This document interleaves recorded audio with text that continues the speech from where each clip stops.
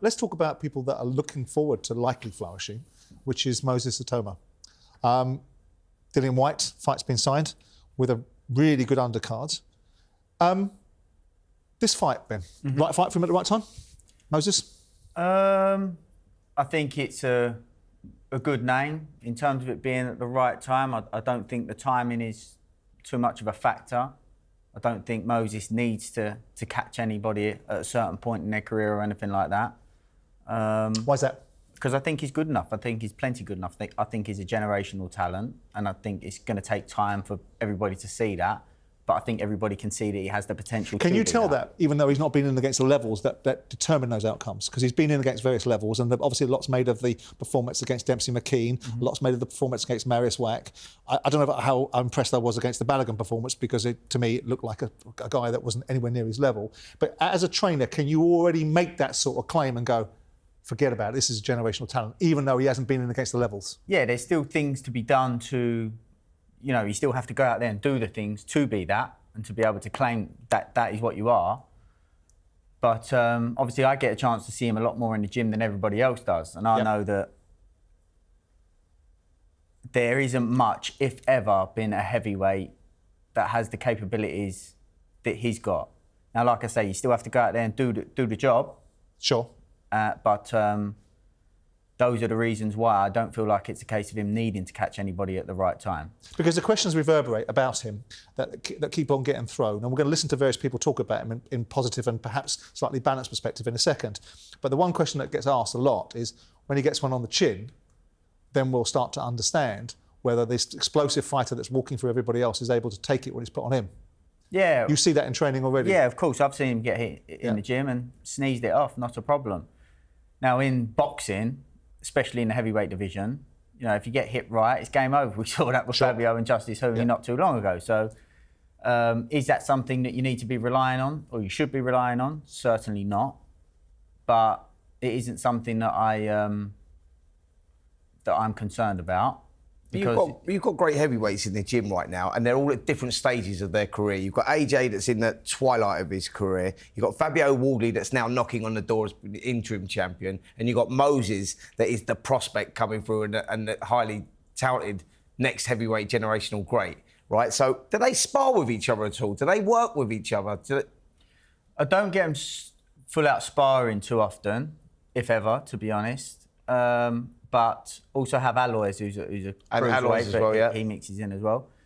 But they work with each other. I try to create a team culture where they want to see each other do well. And I think you saw that when Fabio won. Moses' reaction, that's really warming for me, because that's the type of environment you want to have. Because when it's all said and done, as you all know, you'll look back on those times. You want those times to be remembered as good times. And part of that, to make that, is the company that you keep. So, yeah, that's something that's really important to me. But they're all capable of hurting each other as well. And I've got the better this, Dan. I don't want to create that type of environment. So, yes, they'll tech spar with each other and try to bring each other along. I know you don't think that it's about timing of the fight and who is right to fight at the right time, but would it be right to suggest that Dillian Whyte's scalp is probably the biggest scalp that he's going to take or have taken recently, or taken full stop in his career? Yeah, I think that goes without saying. I think so, yeah. Well, interesting. I mean, obviously there's a lot of hype around Moses, and I am, of course, like most of us, very impressed with him. But we had Carl Frampton on the show last week talking about him, comparing him to various people. Let's have a listen to what Carl said. And I've said this, and I've had idiots online criticise me, but I mean it. He's probably similar to Tyson in terms of his stature. He's a little bit bigger than Tyson. Mike Tyson we're talking about here, but he's a better mover than Mike Tyson, like a bit more fluid. Tyson had big deliberate head movements, and he moved very, big, massive movements which use energy. Moses I think he's a smart fighter. He's got maybe the fastest hands in heavyweight boxing since Mike Tyson. I think personally he moves better than him. But obviously as he goes up through the levels, we'll see how good he is. I genuinely think the kid's a superstar in the making. There's probably no greater hype to attach to a heavyweight prospect than comparing him to the Mike Tyson that came out and blasted everybody from 1985 up to 1990. Is he that? Is he what? Is he that good? I think he is, yeah. Is it a fair comparison? Okay, let me repackage it. Is it a fair comparison? And I know that you're going to get hammered on the comments by this because that historically happens. But Moses Itauma right now, when you look at him and the modern era of heavyweight boxing and boxers and his talent and where he's going to go to, it's not if he wins a world title, it's when he wins a world title. You hear the gym stories. We see the delivery in the ring as well. You know, his timing, his foot control, you know, space control, southpaw as well, speed of hand, the way he puts shots together, the creativity. He ticks every box. I know the one question you asked, Simon, is does he take a shot, though? Can he take a shot? This man to my left will know that because he sees him on a daily basis. Do you like that comparison? When you hear Tyson, it's an easy, lazy throwaway, isn't it? People just throw it, it's like Mike Tyson. Do you like that Tyson comparison? Do you think it's unnecessary or, in terms of counterproductive to what you want to achieve with him? I think it's great for building hype. Tyson is one of the most still spoke about ever heavyweights that's ever been. So I think it's great in that sense. I think probably the biggest comparison I would say is how Mike Tyson loved the game, would always study fighters of the past, etc. Moses has that same love for it. Does he? Yeah, like we'll send him his sparring at 2 a.m. He'll be texting us clips like, is this more what you want? He's a student. Yeah, he absolutely loves it. And that's that, along with his maturity at his age. Very composed, isn't he? Very composed. Yeah. That is what is allowing him to achieve what he's achieving at such a young age. Yeah. Because there's lots of talented fighters out there, but not many that can execute it on the back of it, yeah. Look, we had Dave Allen on the show a couple of weeks ago, and he addressed the issue of Moses Itauma, and he had slightly different views. Have a listen to Dave. I think he's an incredible prospect, but I think that's all he is still. We haven't seen him box for the British title yet. You know, he's boxed his best win. The last fellow who boxed, the American guy, 41 years of age, who could punch and he could see, he knew what he was doing. Dempsey McKean was not a bad win. The way that he won the fight. I'm going to be honest, Dempsey McKean's British title level, you can't put Itauma in with Josie Parker. He shouldn't even be in that conversation. He's nowhere near. And I'm not saying for talent, but I think offensively, already, even at this level, he's one of the best heavyweights in the world. Yep. He hasn't been hit back. Yep. He hasn't been put under pressure. Times I've seen him frustrated with Dobchenko and Espindola. It looks a bit debunk of ideas. So you really need to sit him in with someone that's going to give him something back. Who would you think then? Franklin, I think, in a fight at two's time. Jermaine Franklin. In a fight or two, though. I'm not a big fan. He's 20 years of age as a heavyweight. I think he can be a heavyweight champion of the world. I'm a big fan of him. But talk of world titles for him already is absolutely ridiculous. He's miles off, really. Straight to you, Ben. What do you make of that? Yeah, I just think miles off in what sense? I understand what he's saying, looking from an outside perspective, but I don't think from our perspective there isn't anybody that we would look at and say, oh, he's not ready for him. Now, there's fights that are going to have a certain element of risk, and there's some fights that are going to have a similar element of risk but bring more reward. So there's understanding in that. There's gaining some experience, which we've tried to get in rounds against some of these guys, and they're not able to deliver. We thought we was going to get that with Maris Whyte. We thought we was going to get that with Dempsey McKean. And we've not been able to get that. If that keeps happening, you're just good enough and you've got to go. How did you, out of curiosity, how did you end up hooking up with Moses? He went around, tried with a few different coaches when he had made the decision to make an adjustment, and I think I might have been the last coach that he come and tried out, and I think... Do you pitch for it yourself? Do you put yourself in your hat in a ring, or do you just wait for someone to give you a call and say, listen, I quite fancy having a word with you? No, I mean, he'd been down the gym sparring a few times, and I think he'd already had in his mind at this point that he wanted to go and try, had a few coaches in mind that he wanted to go and try. And we was prepared. He come and saw us and liked the work, and we enjoyed working with him. Do you have your heavyweights working together in the gym at the same time, or do you have time slots? How does that work? Yeah, so sometimes I'll pair them up together. Sometimes they'll have their individual slot, depending on what they're working on. And it won't always be the same weight class. It might be somebody at welterweight is working on a certain area of his game, and a heavyweight might be working on that same area of his game. We might pair them together to do the session together. They can then watch what's he working on. Oh, he does that well. Then there might be times where actually we need individual work here, and then we'll slot it out throughout the day. Is it a challenge for you to get sparring partners for him? I was just explaining this back there, actually. There was a period where he probably wasn't having fights big enough to be flying people in, putting them in hotels, paying them to come. That's a real challenge. Right. Fortunately, we're now past that stage where he's able to set up a camp, bring people in. It's not so much of a challenge. But during that period, that was really difficult to get people to come and spar. Now it's still tough to bring people, for them to still want to carry on and be able to do the rounds. Yeah, exactly. But that's the main factor. He's now in a position where he's able to set camp up.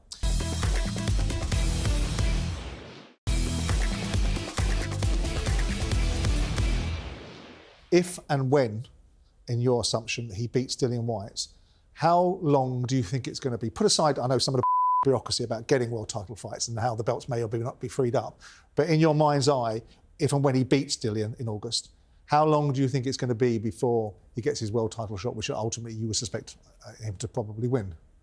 I think from a perspective of, as a coach, taking the politics aside, as you said, I think it would be a case of what does Dillian bring and what do we get out of that fight?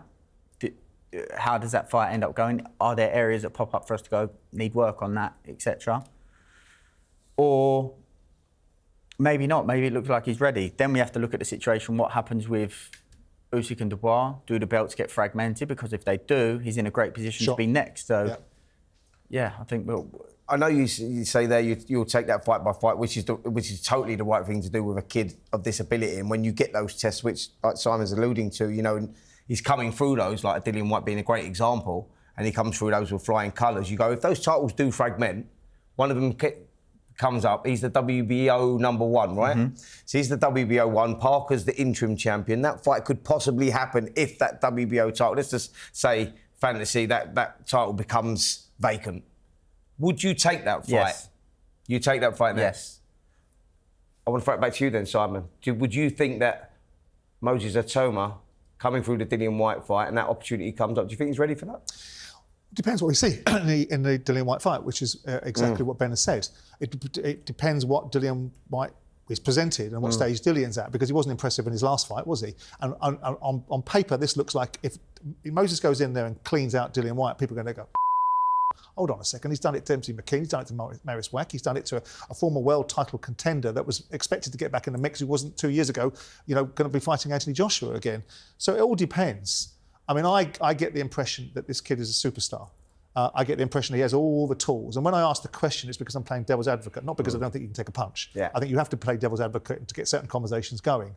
But I think we're looking at the future of heavyweight boxing, tragically, perhaps for Daniel Dubois, who I think right now could beat Alexander Usyk, have his time, but I think his time might be short if Itauma gets the passage of opportunities that I think he's going to get. I think that if he comes through, I think absolutely. Listen, I think if he comes through Dillian Whyte fight and he comes through it, flies through that one, you go, he's ready. You can't hold him back. Him and Joseph Parker is a fight that should happen. I want to see him go rounds.